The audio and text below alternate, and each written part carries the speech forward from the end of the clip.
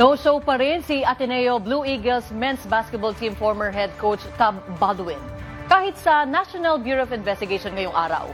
Pero pagtitiyak ng kanyang legal counsel, nasa Pilipinas pa si Baldwin at handa namang makiisa sa investigasyon. Tinutukan niya ni Victor Liantino. Hindi sumipot sa National Bureau of Investigation ng mga opisyal at coaches ng Ateneo Blue Eagles men's basketball team, kabilang si former head coach Tab Baldwin. Kaugnay pa rin yan sa investigasyon ng pagkamatay ng dalawa nilang star players na sina Rene Baterbonia at Divine Adili. Sa halip, ang kanyang legal counsel as Attorney Carl Justin David ang humarap sa investigasyon. Kahit na no-show, siniguro ni David na nasa Pilipinas pa si Baldwin at handa itong makipagtulungan sa mga otoridad. He was not in a good position to appear, so we ended another setting.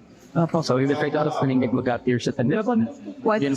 Absent din sa investigasyon si Coach Sandro Soriano dahil naman sa naranasan niyang emotional distress. Pero nakatakda itong magbigay ng statement sa Huwebes. Submitted a certificate of the Ateneo Observed Guidance and Counseling attesting that Coach Soriano is undergoing treatment and he's in emotional distress now.